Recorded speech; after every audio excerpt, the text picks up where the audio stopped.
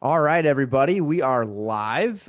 We are here with Elliot Sharifi with another episode of the Founder Series. Elliot, Hey, say how's it hello. going? Good. What's up, Thank you for Shane? joining. Appreciate it. Do you want to give everyone a little intro to yourself? Yeah, sure. Well, first of all, you got my last name right, Did and I? I you was about you, to you ask. did. I was gonna be bummed if I screwed that one up. Yeah, you didn't call me Shafari, Sharafi, so kudos to you on that. And you didn't ask me how to pronounce it, so That's true. I didn't. You're right. I was yeah. I literally it was in the back of my head as I was saying it. As I'm you were like, I saying, really you're hope I like, don't I hope screw I this don't up. screw this up. Yeah. So yeah, thanks for having me. I'm Elliot Sharifi. I'm living in San Francisco. I started Obour Foods about say 3.5 years ago now. We sell gourmet hummus, tahini, pita chips um, at local farmers markets around the Bay. About 10 each week now. I started the business from the ground up, bootstrapped it, no investment. Kind of started it on a whim, to be honest, for reasons that I can go into later. And about 3 years later, got about 18 employees part time, kind of activate on the weekends, sell our stuff, and kind of rinse and repeat each week. Awesome. Very Yeah. cool. I'll just jump in. The first question I had was just like, yeah, how did you? I'm assuming hummus must have been either something you were fond of or family was fond of. Or Yeah. I'm so curious on like how you decided to get into the space in general. Yeah, so I get asked that a lot, and the hummus that we currently sell are mostly flavors that no one has had before. Like I do a hot curry hummus with Madras curry, or a zoog hummus, which is like a kind of Yemeni inspired blend. And these are my own recipes. I never really Oh, grew up. Yeah, I never really grew up. I come from a Persian Jewish household, and the Jewish side of me ate a lot of hummus, but the Persian side of me didn't really touch the stuff. It was never okay. served at home at grandparents' house. But who doesn't love hummus? So I grew up eating this stuff, and I've always been kind of an avid home chef, home cook. Just kind of always gravitated towards cooking my own food since the age of like 8. Okay. And so, you know, 3 months before I started the business, this was probably in like May of 2017. I made hummus for the first time Oh wow. in Okay. in my like what was it 1 quart 2 quart Cuisinart food It processor. always starts in one of those, it seems Yep, like. yep. I burnt it out like 2 months after that. So But when you made it the first batch, did you were you garbage. planning were you planning on Just doing starting a business or you just were like nope. you're just like I just want to make some homemade hummus. I just want to make some homemade hummus, Sweet. and I still have a photo of that first batch on my phone because I had sent it to my girlfriend. I was like, "Look, I made hummus," um, and it was terrible. It was it's chalky. The flavor was off. I had no idea what I was doing. But with anything cooking related, you iterate and you swap out the ingredients. You get better and better and better. And um, I started taking the spices that I had in my home cupboard. Okay. Madras curry, garam masala, cumin and coriander, and kind of just experimenting at home, like obsessively making hummus for Yeah. whatever reason. If you and this wasn't in the aims of starting a business quite yet. With the aim of starting a business, this was just like some dude bored Okay. on the It's more of a weekends. hobby. Yeah, more of a hobby. Like the Trader Joe's stuff is not that great. So what can I do to make it myself cheaper, better, whatever. Got it. Okay. And so what I ended up doing was taking my stuff to work. And so you and I have not too dissimilar backgrounds. I have a business degree from Cal undergrad, Okay. and I went into corporate FP&A. Oh, yeah. Yeah, corporate FP&A. So I freaking took it to my finance team members, and I was like, "Hey guys, you guys want some hummus?" And Oh, nice. Yeah. yeah, and they loved it, and they essentially told me, "Can you make this for us, on a Sunday night and bring it to Okay. work on a Monday, and we'll pay you some cash for it." And from there, my entrepreneurial light bulb kind of went off, and I was like, "Okay, if I have something that someone, these 8 people want to buy, then who's to say that the rest of the city of San Francisco doesn't want some? Yeah. All Wouldn't right. wouldn't buy it." So that was like 2 months before I left that job with and the next day, um, I formed an LLC Okay. and got the paperwork and kind of hit the ground running. Googled how to start a food business in San Francisco, Love that. and That's I mean, I great. can I can Scrappy. keep going. Yeah, No, I no, can this keep is great. I think going. people find a Yeah, lot of interest in this because I yeah, mean that's the kind of stuff I think early on people love to know because most people who aren't in entrepreneurship, I mean, you usually have some sort of job like you did, and right. it's pretty funny that I mean your first step was bringing it in for free to give to people to try it, and it turned into they wanted to pay you for it. At that point, so you said you left 2 months later. Was that because you were like, I'm going to do this full time, or is it you were just leaving the job? Yeah, it was a little bit of both. So, I was kind of phasing out at that company. Okay. Yeah, I was there for a couple of years, and um, I was looking at other finance jobs, at other business, at other companies, and the hummus thing was just like eating at me. Okay. I'd, Yeah, I'd you wake wanted to up do thinking that. about it. Yeah, I'd wake up thinking about my life as a hummus entrepreneur. I'd wake Sure. up, I'd Yeah. obsess about it, I'd daydream about it, and I'm like, I'd go to I would interview. I interviewed at Airbnb, and um, during the interview, I was like, I don't want this job. I Ah. really don't. Like this, this is a six-figure Even at a finance job. young company like that, you know what I mean, which is probably Yeah, highly sought after. definitely. And what's funny is the company I was working at got sold to Airbnb like Oh, that's funny. 2 years, 2 years later. Um, but yeah, I'm the kind of guy that follows my like intuition. So if my heart's not in something, then there's no point in doing it. So I stopped interviewing for these jobs, and I was like, look, I looked at my bank account, and I was like, okay, I have this much cash in the bank that I've saved up at the age of 26. Now I'll save, what kind of runway does this give me? Yeah. Assuming, let's just say I was unemployed. What kind of runway Yeah. does this give me? And it was less something. It was pretty good, like at least a year, I'd say. Okay. Um, Even in San so Francisco, that's great. even in That San was gonna be my first Francisco, question is like you picked one of the most expensive most places to expensive. like quit a Yeah, job and figure out a new business. yeah. No, luckily I had like um, business from high school and college that allowed me to save up some money, Oh, nice. fixing cell phones for a couple years. So So your um, entrepreneurship it's in my was blood started. Yeah, I was gonna say that's something you've been doing forever.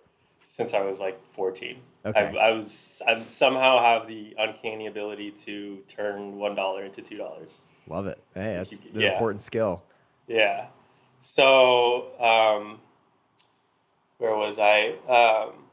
So yeah, decided to do the hummus thing, and from there, my whole, like I said, I bootstrapped this with my own money. There was no investment, so um, my goal from the get go was to not bleed cash.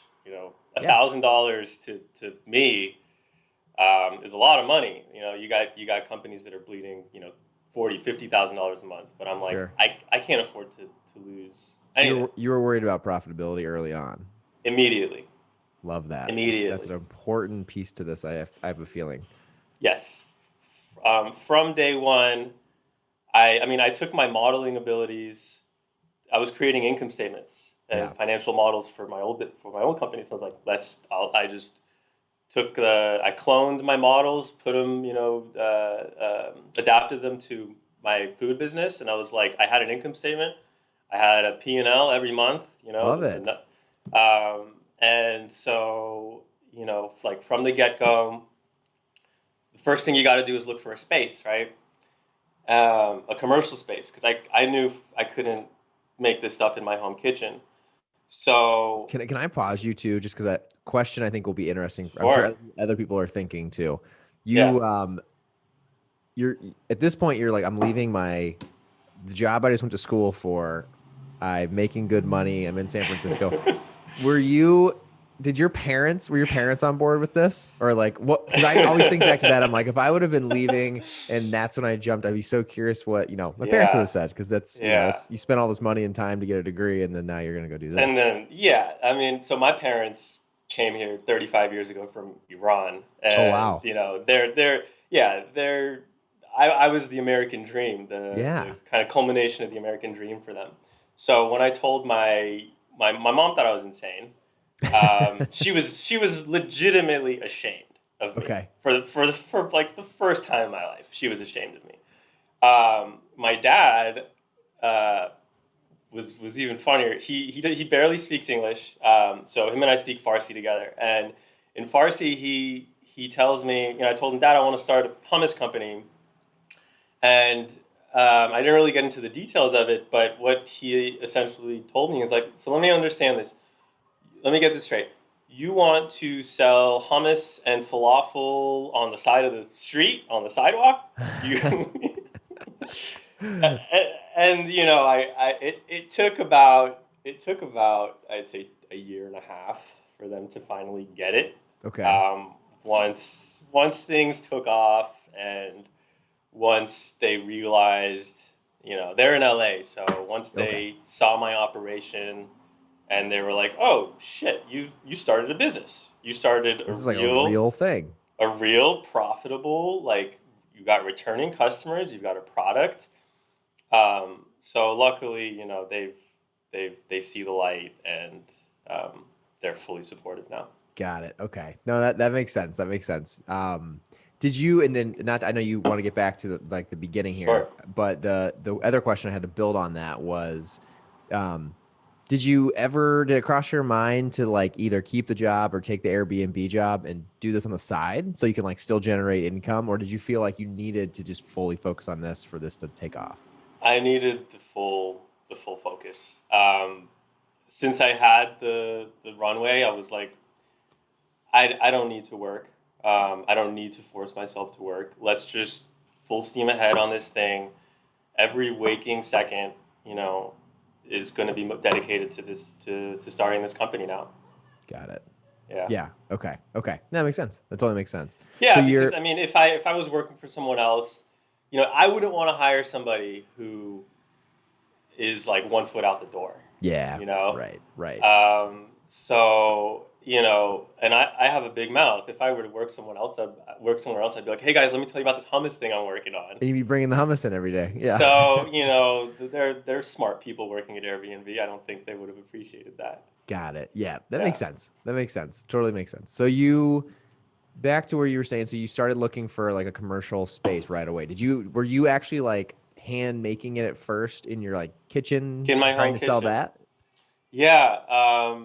There was so I reached out to the caterer who was catering our lunches at my old company, Got Hotel it. 10. Okay. And because I racked my brain, I was like, who do I know in the food business in San Francisco? And she was the only person. I didn't know anyone. Okay. So she kind of took me under her wing for a month and showed me, the suppliers she went to, um, talked about the licensing. She was like, "This is going to be the pain in the ass. Finding the space, finding getting the licenses, implementing. You need a supply chain. You can't just go to Safeway and buy garbanzo beans and garlic. Yeah. You need a supply chain." Um, so she the first month was her telling me, like, "You've got something good. Okay. You got something good. Pursue it." And so, she told me, "Look, you need to find a space." Um, and I'm like, "So how do you do this?" She said, "I have no idea."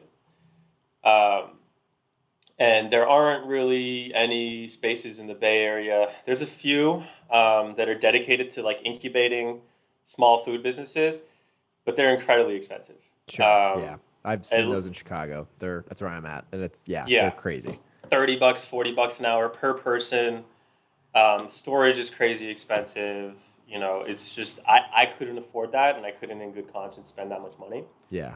So what I ended up doing is I went on Yelp and I typed in San Francisco cater, or a caterer in San Francisco.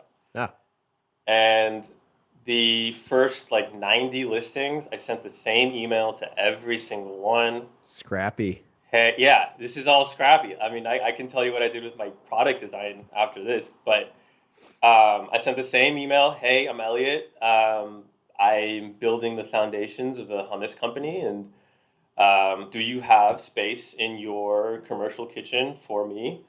Um, I have insurance. I'm not an idiot, but what do you have? And of those 90, um, like four got back to me, Oh wow. maybe. Okay. Yeah, Yeah. four got back to me, and then I ended up going with one of them. And the first 3 years of my business, I was in that spot, and Oh, he so was you just, just it was just in a like a catering kitchen. yeah, no, this guy had a 6,000 square foot space. Oh wow, that's huge. Yeah, big space.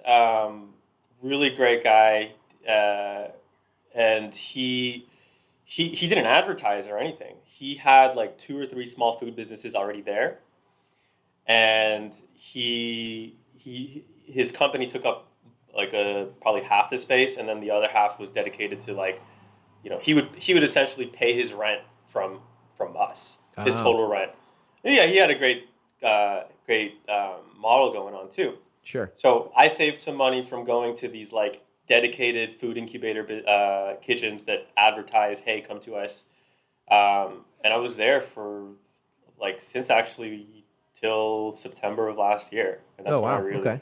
I really outgrew the space Yeah. in 3 years. Um, but that's how I found that space. Um, Label design was similar. Like I got quotes from established agencies for I don't know 3-4 thousand Okay. for a product label. I ended up going to we have an art university here in downtown called Academy of Art, and I went on their website and I went on their graduating class of 2017's portfolios, and I found a guy named is Wade Broadstreet was his name, and It's a cool he name. cool name, awesome dude. He designed my logo. Oh, very Um, cool. yeah, he Nice. designed my logo. I was like, look, I want a lion, I want a sun, I want a sword. Yeah, I love your guys' Uh, logo. I was just looking at yeah, it. thanks. It's based on the imperial Iranian flag of Oh, okay. pre 1979. And I always it's a kind of um, it's a like a homage to my background, and it looks cool Yeah, at the that's end of really the cool. day. I like the idea. It's very unique and it stood out to me when I first saw it. Yeah. Yeah, yeah. When people see it on a jar of hummus, they're like, this, it like you said, it stands out. Yeah. Um, so he designed my stuff. The dude wanted beer money. He didn't. I'm Another like, scrappy move, man. yeah, and I had to, in good conscience, I was like, dude, let me give you at least $100, Yeah, sure, sure. $200. So, that's so okay. I had a space. I had labels. Um, and now I was on the hunt for like, and I had a production space. I had labels, and I'm like, now I need to sell this stuff. Yeah. I need Okay. to find a market, like literally or figuratively a market where I could go in, have product, and exchange it for cash. Um, and so my immediate goal was like find a farmer's market. Um, that's where I want to be. Farmers markets, easy to break into, or so I thought. You go in, you sell $1,000 worth of product. Your ROI is instant. You don't have to worry about selling a case to one store, another case to another store. It seemed like the right way to go. Okay. Yeah. Um, and feel free to stop me. Mm. I know I'm kind of talking a mile a No, minute, this is but great. This is great. No, I okay, love to good, hear the progression. Hearing like the good. story and the progression. I'll come up with questions as we go because Yeah, this yeah, is fantastic though. excellent, excellent. So I started the business in August, and in September, October, I was like, I can finally kind of go to these farmers markets, chat up the managers, and hopefully get into a booth. And they all said no. Every single one. They were like, we already have a hummus vendor at these farmers markets. We don't know who the hell you are. Yeah. We've never met you. We don't trust you. And despite the fact that we can have 7 different blueberry vendors, we only want one booth selling hummus, regardless of the quality, regardless of the, because I went in there and I'm like, look, I'm making the best hummus. Hummus is kind of traditionally, you whip it up, it's $3 or $4. You don't use the best ingredients, and that's it. Is But there a my reason too they wouldn't want more than one? That seems so funny at a farmer's market. I've never heard. I don't know the background of farmers markets, but politics, oh, really? Okay. Because do you pay like a politics. fee to sell at the farmer's market? So it's like Yeah, a business for them? yeah. So farmers markets. The general structure is there's one organization running, some run 40, 50 a week, others run two, others just independent and just run one. But it's an organization that runs multiple locations each week. Okay. And, hummus has been at farmers markets for probably since before I was born. So most of these organizations already had a vendor. And it's all about relationships, and these guys were entrenched and um, had been there for decades. And some new guy comes in and he's like, I have a better product. I'm brand new. Take me, take me. Yeah. So I was going against like really strong headwinds, um, and it was like looking back. I was told no pretty much every weekend by all That's these different crazy. managers. I never knew that was such a like a political thing. I Oh, always dude, think of farmers yeah, markets as like this fun, friendly, like everyone's here to sell some cool stuff. yeah, but it's money. Yeah, right. Yep, Yeah, exactly. yeah. Um, so I kept getting told no, and I was like, okay, well, I have to make money. Um, and so I ended up approaching the gym that I was a member of. Um, I was a member of an Equinox gym, really high end, Nice. expensive Yeah. Oh gym. yeah, we got That them here. that you got them. Yeah, yeah, they're Yeah. everywhere. Um, and my old job was paying the subsidy for this gym membership to the extent that I was paying maybe 50 or 60 a month. Okay. So once that ended, I was like, I want to keep going to this gym. Um, but I obviously can't pay $200 a month Right. They're on a, crazy. yeah, I'm unemployed right now. Sure. So I went to the membership advisor of the gym and I was like, is there something we could work out where I can bring you guys some hummus in exchange for a membership? Really? Yeah, he put me in touch with the event manager, and I ended up being every Friday they had a hummus happy hour at this gym, and Because of you? Or this is something they had before? they started the happy hour, Okay. and I provided the hors d'oeuvres, part of the hors d'oeuvres, the That is hummus in awesome. little 2 ounce cups with pita chips. And I basically worked it out so that I would charge them maybe like $1 or $2 a head, and the other $4 or $5 would go towards a membership. So I'm getting my cost from these guys. They're getting Yeah. a good deal. Membership doesn't cost them anything. I'm getting my cost back, so I'm getting some money to go towards my rent and my ingredients. And the best part I'd say getting out of this in the beginning was getting a regular cadence for production. Oh Where yeah. yeah, that was actually the key, because I could say, okay, every Thursday now, I know where I'm going to be. I'm going to be making the hummus. Every Friday, I'm going to be serving it. And so it put me, running a business is just a schedule. Okay. Yeah.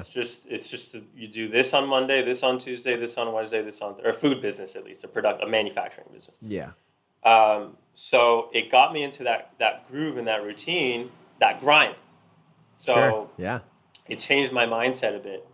Um, and so I worked with those guys for like, I'd say almost a year, getting my name out. Wow. And And that's yeah, like that's a good clientele for a premium product like yours. That's like totally. perfect. and I sold them on the fitness, on the health aspect of it. Sure. Excuse me, on the health aspect of it, and they were willing to drop like $10 on a 9-ounce jar of hummus, no questions asked.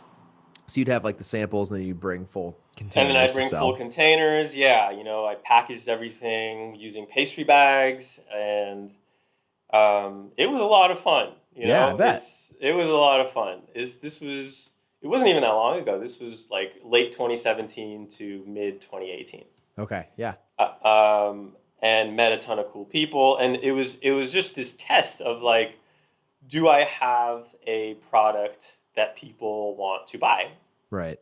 And so going to these happy hours, despite the fact that maybe I'd bring in $300-400 a week from them, that kind of cemented the idea. People were like, "Yo, this stuff's really good. Where can we buy this? You're gonna Yeah, blow it's up. like a This it's like a is proof of concept. I mean, proof of essentially, and you concept." got a Yeah, free gym membership out of it, right? and I So got an that's awesome gym membership. Yeah. yeah, So that kind of was my base, of like making the product, getting positive feedback. And so from there, I'm like, look, these farmers markets are taking way too long to break into. What's next? And so next door to my production kitchen, um, is still a brewery. And one day I walked into the brewery, and it was very small. I mean, it's one of those breweries. It's like, it's like a like a brew micro. pub type thing. Yeah, Yeah, yeah. And the owner was sitting right there, and I'm like, hey, I have something that you guys, I think, would do well here. And he's like, sure, all right, let's try it. I walked over, I brought him some samples. He's like, this is great. Placed an order right then and there for like 40, 50 units of hummus and pita chips to serve at the brewery. And so that was okay. I got a revenue stream there. Breweries, bars, breweries. A lot easier to get into. Not as much politics as the farmers markets. right. And so I started approaching bars and breweries in San Francisco, to sell. I'd sell it to them for like $5, just little, 6 ounces of hummus with like 4 or 5 ounces of chips.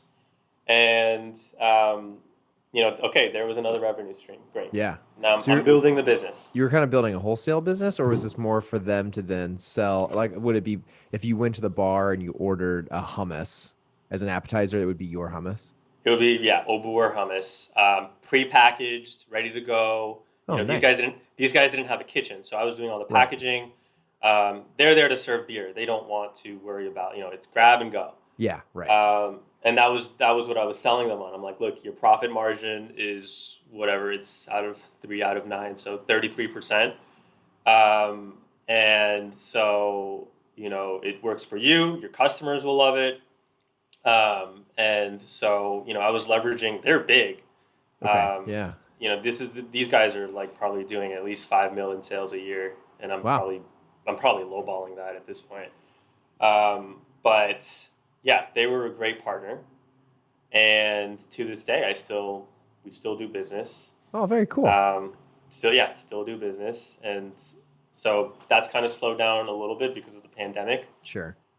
Um, but yeah, so that was the breweries were the second, like, okay, I can make money doing this too, Right. selling my Right. hummus and chips. Got it. So you kind of went Yeah. from really, it sounds like sampling and trying to prove it to like getting a few B2B locations to carry it and sell it to then it sounds like did you finally get to, I saw on your website you are in farmers markets now, so you eventually cracked that code, Crack sounds that like. code, yeah. Yeah. So I met a sympathetic market manager, and he was like, dude, I love what you're doing. I love the jar.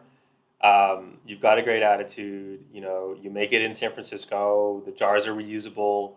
Um, Right. we already have these other entrenched businesses in our markets, but why not? There's always room for more. Right. There's Okay. always room for. So, and this was the first organization that out of like 5 or 6 that finally was like, yeah, we see you, dude. Like, we're open to bringing you in. Our current vendors be damned.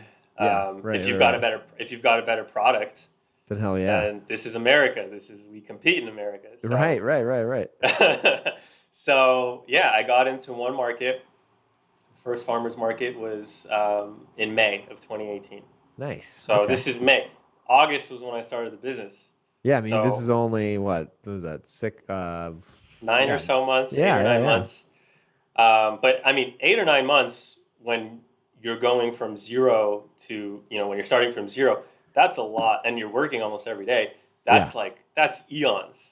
Well, and that's why I think sometimes people don't realize the difference between part-time and focusing on it full-time. I mean, if you just look at your calendar in a day and think about how much time you could spend on it if you were at, the Airbnb and Yeah. how far you can get in 8 months versus spending on it all day every day. That is why it makes a lot of sense if you can afford it and you have the runway. I mean, Yeah. that's why it works, right? Right. Right. It's the work you're putting in. That's awesome. And then I noticed when did you launch like your website? Because that's a whole nother thing that I wanted to get into was just Oh, yeah. e-commerce and how you're trying to, I was curious from a distribution perspective, like where you are now. Are you from the story here in 2018? Have you expanded into even like San Francisco retail at all? Are you selling Sure. online anywhere? I'd love to hear like how it's evolved over the last really year and a half. Definitely. So we're most known for our hummus. Perishable, we make it fresh, it expires in 10 days. But we also do tahini. And so the tahini comes in a bunch of different flavors, but the saving grace of the tahini is that it's shelf stable for a year. Oh, okay. Yeah. I'm looking at it now. I've never Yeah. had tahini. So what is, can you explain to Tahini everyone what is tahini is? is great. It's ground up sesame seeds. You know what peanut butter is to peanuts. Tahini Oh, is to sesame seeds. It's getting the attention that it finally deserves in Western culture. It's big in the Middle East. okay. Huh. It's savory more than anything else. Love it. Savory, roasted, nutty. Um, and the health benefits are like tremendous compared to say like peanuts and almonds. Okay. So I started making tahini to put into tahini is also an ingredient in hummus. Hummus is garlic, chickpeas, sesame seeds, lemon juice, and spices. So I started making my own tahini to put into the hummus, and I was like, I should Oh, probably sell the tahini too, yeah, right. because even back then I was like, I knew that I'd have a tough time breaking into retail with a 10-day shelf life perishable product. Oh, is that what the hummus is 10 That's what days yeah, we imperishable? don't Got it. process it. We don't, nothing. No, Love it. no, nothing. Is that So with staying refrigerated? It's 10 days? with staying refrigerated. Yeah, you could Okay. freeze it. I work with a few distributors who move our hummus, but it has to be frozen Okay. and thawed out in the customer's refrigerator. Got it. Okay. Um, but so to go back to answering your question, um, I mainly distribute the tahini, Okay. and that's what I'm gearing up for, like a Whole Foods one day Okay. Yeah. to carry. The hummus is a little tougher Right. for like wide scale distribution. I planned for that from day one. I was like, I probably can't. I mean, maybe I can hit LA with this thing if we drive a truck down. Well, this is Uh, funny. I mean, okay, so just to give you like preference or I guess clarity on me, like me and my yeah, wife definitely we love hummus, but we are the typical like I don't even remember the brand. It's like in a circular container with the red plastic lid and you Sabra. yeah. So what is that then if it lasts so long and they distribute that? Is it full of Oh, shit? I don't. Yeah, I mean, you've got potassium sorbate, sodium benzoate. You've got it's pasteurized, citric acid instead of lemon juice, Got it. and Okay. and and so I saw that and I was like, this is garbage. This stuff. It doesn't taste good. Real food should not be able to sit on a shelf for 90 days. It Right, just right. shouldn't. Yeah. Especially something with like garlic and lemon juice and and cooked garbanzo beans. Like that's just not natural. Okay. Got it. Um, so that's the stuff that's on the stores. That's what everyone all over the world eats when they're buying hummus from a grocery store. There is one brand and this is the best hummus that you could buy, like wide scale. I Okay. met the owner. They're called Ithaca. Look them up. They're not the best hummus, but they're the best that you could buy in a store. Okay. Got it. And this guy cracked the distribution. I mean, he still probably has his issues because I think his shelf life is like not more than 60 days. But they're doing HPP on their stuff. Do you know? Have you heard? I've You never heard of familiar with HP? HP. No. It's a different form of pasteurization, high pressure pasteurization. So instead of using heat, you're using pressure. Hmm. And I'm not a biologist. I don't know how it works, but Yeah. the pressure um, kills the bacteria to a point to where a 10-day shelf life can it can grow to at least like 3 or 4 weeks. Interesting. Okay. Yeah, yeah. I've So never heard of that.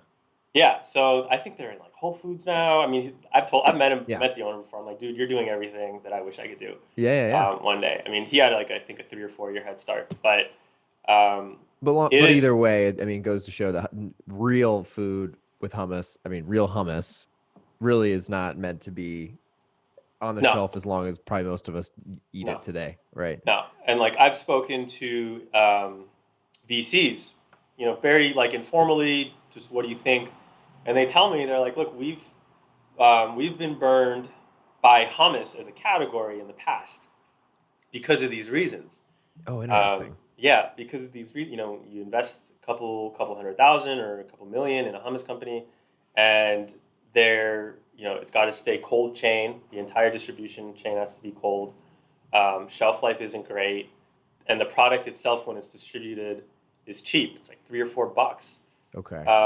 So, hummus for me is like farmers markets are the home, and I've built like a mid six-figure business with just hummus at farmers markets. Congratulations. That's fantastic. Thanks. That's so Um, exciting. And you have it it's online, right? You can buy it online too and ship it. not the hummus. Not the hummus. Okay. Maybe Okay. maybe one day soon. But the tahini, we ship it all over the country. We distribute that.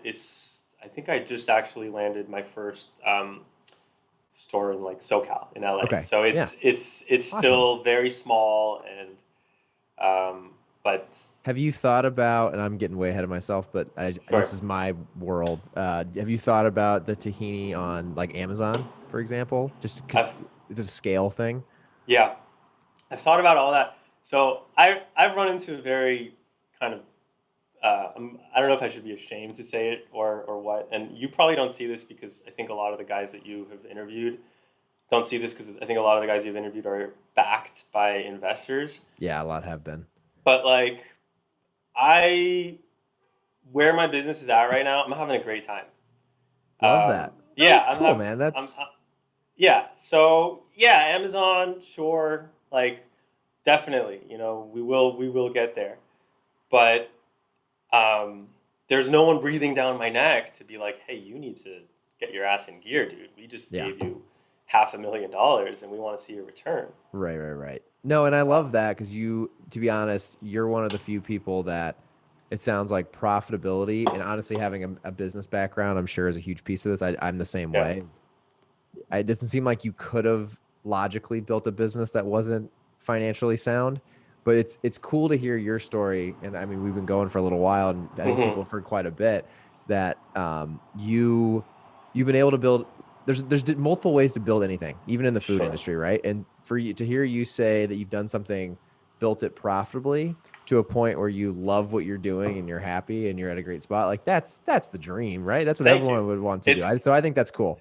Yeah, without sounding too like my head's not in the clouds or anything, but I'm I started this because I was like, look, I'm making $100,000 at my finance job, and I'm Right. miserable.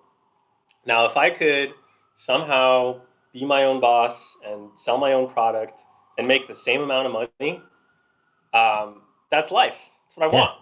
Right. You know Right. Right. what? Like, I'm, you know, life to me is not, and I know this is a finance podcast, but life to me is not just making more and more money. Yeah. Money's great. I want to make more money, but also it's like, how many days a week are you working? What are you providing to the public? It's kind of about living on my own terms, Sure. and being like, I was very unhappy being in the corporate world. Right. And if I could somehow transform my life to a point where I'm making the same amount of money but doing my own thing, Yeah. that's all I want. Right. I made it. 100%. That's all. I mean, I'm Yeah. with you. That's like the dream. Do you, I guess that's a good building question. So for you, you're Sure. at a place where you're happy, you're doing great financial wise, but you did it in a profitable manner. So it probably, for people who maybe don't know a lot about P&Ls or how that all Sure. works. I mean, for Elliot's business to be doing what he said is, that's a high sales mark. But to be really profitable allows you to live off that versus needing to like chase venture capital to keep growing and growing and growing with new retailers, new doors. Like that's, I think, the challenge that not everyone knows before they jump into things. I mean, that's one way to do it. But then to your point, I mean, then you're constantly answering the call from your Yeah. investors, whoever it is you truly belong to when it comes to Yeah. taking money from someone, right? Like they expect a return on that. So Elliot controls his own destiny. That's pretty cool. Exactly. So for you, I mean, at the scale you're at, in the distribution you're at, I mean, like how much would you say you work in a given week? I think that's an interesting, you mentioned that. I'd be curious to know. Yeah. So look, anyone that owns their own business is going to tell you they're always working. Sure. Um, but in terms of like actual physical, I'm always on my phone answering emails. Um, but I could get away right now because probably working 10 hours or so a week on this thing. Wow. But Really? that's fairly recent. I mean, I got it Okay. to a point where like we're profitable. I can hire out for every job, delivery drivers, production managers. We have templates, and I've built this organization as small as it is. 20 or so people, but everyone has a job, and if they show up every week Yeah. and everything works, then great. I'm only overseeing and I'm only managing, and counting the money at the end of every weekend. Yeah. Love it. Sometimes it fails, and I'm driving a delivery van, 6 hours a day, and unloading coolers. Gotcha. Yeah. Um, Okay. That makes sense. So but it's not like it's always rainbows, but no, but that's part of owning a business too, right? yeah. I mean, think of like, if you own a restaurant, if you're some Right. guy who started a restaurant, it's not that different. Okay. Got it. Yeah. Yeah. No, that makes sense. That's really cool. So it sounds like, I mean, you definitely have aspirations to expand when it makes sense, and it sounds like in a profitable manner more so than anything, and to make sure you can stand it up. Is there either like a product people can get excited about? Obviously, the ones you sell, I'm dying to try the ones that on here. I got to try these now. Yeah. But then, yeah, are there any products in the future you're kind of thinking up? Or is there like just, I mean, like for someone like me who's based out of Chicago, like, are there distribution points you're going after that other people around the country are going to be able to try your product? Yes. So my goal, and I'm probably about 75% confident that I could hit this goal, Okay. is that people if you're in Chicago, there will be at least one retail location by the end of 2021 Sweet. that will that Okay. will carry our stuff. Love it. Um, you can always order through our website. We ship D2C, all the time. Okay. So anyone who's listening can always just log on. And but I'm most proud of the hummus. Um, this was never really my intention from the get go. I didn't think I could achieve this, but every weekend we get people. We do 9 farmers markets, and Wow. I don't work these farmers markets myself. I have salespeople working them. They set it up, they break it down, but they tell me, they're like, dude, something really awesome is happening where people come back to the booth, they try the product, and they legitimately say that this is the best hummus they've ever had. Wow. And yeah, That's awesome. and completely unprovoked, and we're not asking them to say it. I don't know them. They're trying this. They don't know me either, but you know, that's what I'm told. And I'm like, look, out of all the hummus that is out in this world that these people have had, and these are guys like, it's not, it's from, they run the gamut, you know, Americans, Arabs, Israelis, Jordanians, you know, people who know hummus. They're like, Yeah. you make something really great. And um, so, you know, to answer your question, what I'm most proud of is that in and of itself. That, you know, I'm not saying it's the best hummus in the world, but every week we set out, we make this stuff, and you know, 1,200 or so people in the San Francisco Bay Area can say that this hummus is some of the best they've ever had. That's awesome. So I like, you know, we have leftovers, and I'm like, I give it out for free. I'm like, I just want to share this stuff. That's part of It's I think in the being in the food business too. It's like the half the battle is getting people to try it. So I mean, if you have mm-hmm. leftovers, you can get people just to try it, and it's a good. I feel like I always tell people the two things: you got to have good food to win. So if it's really good, and then you can get people to try it, you can Yeah, do the other, you know, tangible things right. I feel like those yeah, are the keys. Those are like the two biggest things that I see hundred people that do percent. well. Yeah. 100%. Like and I don't know if we're out of time or anything, but let me know. I got lucky in that I unlocked that piece almost immediately. Sure. Everything else I haven't done like executed as well as I had. Every other piece I haven't executed as well as the fact that I have a good product that people want to buy, people enjoy.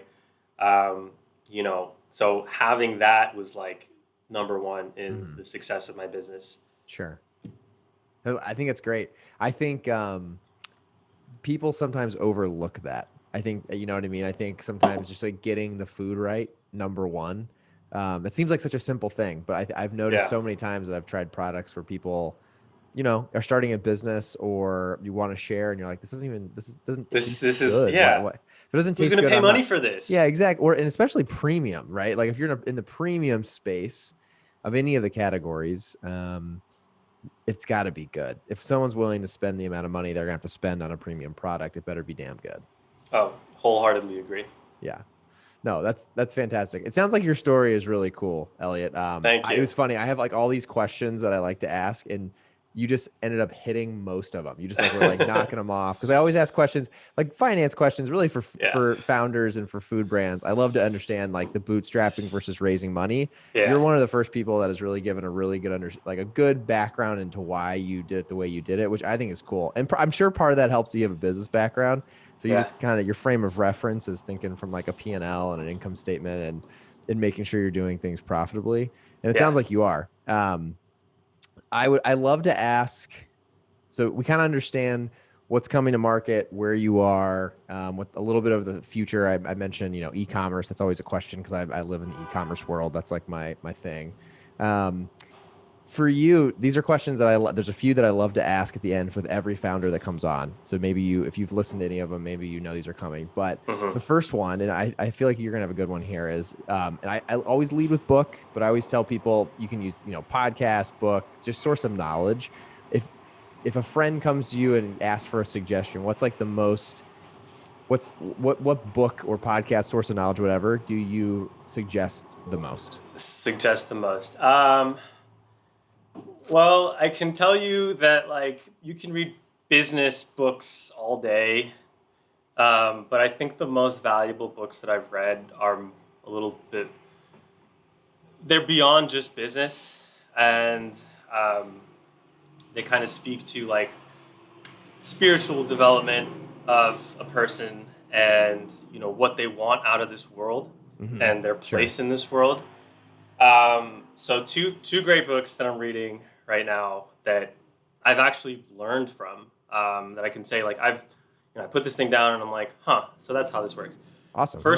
First one, and don't get intimidated by the name. It's called The Dictator's Handbook, Okay. and this one is all about the world we live in, the power structures of the world we live in, ranging from a dictatorship and how dictatorships stay in power to democracies, how democracies function, and then organizations, businesses, how those get how those, because it's people at the end of the Yeah, day. It's people sure. interacting with people. So that's been great.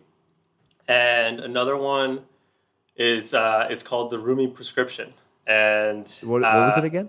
the Rumi Prescription. And I this is probably the last thing anyone on a finance podcast is interested in hearing. Love that though. But we all have our demons, and we all are trying to get over stuff. And so this book, Rumi was an old ancient Persian poet, and a lot of his poetry speaks on love and depression and loss and kind of finding your place in this world. Whoa. Okay. Yeah, so Love that. I mean that's just what I'm reading right now. There's tons of other great stuff I can No, that's tell you about. fantastic. I think I love it when people give books that aren't like, the five that you hear all the time The people Intelligent say. Investor and the Yeah. 10-hour work week or Yeah, I was gonna like say that, well, it's just funny when you said 10 hours. I mean, that was like the first business book I ever read was Tim Ferriss, The Tim 4 Hour Ferriss, Work yeah. Week.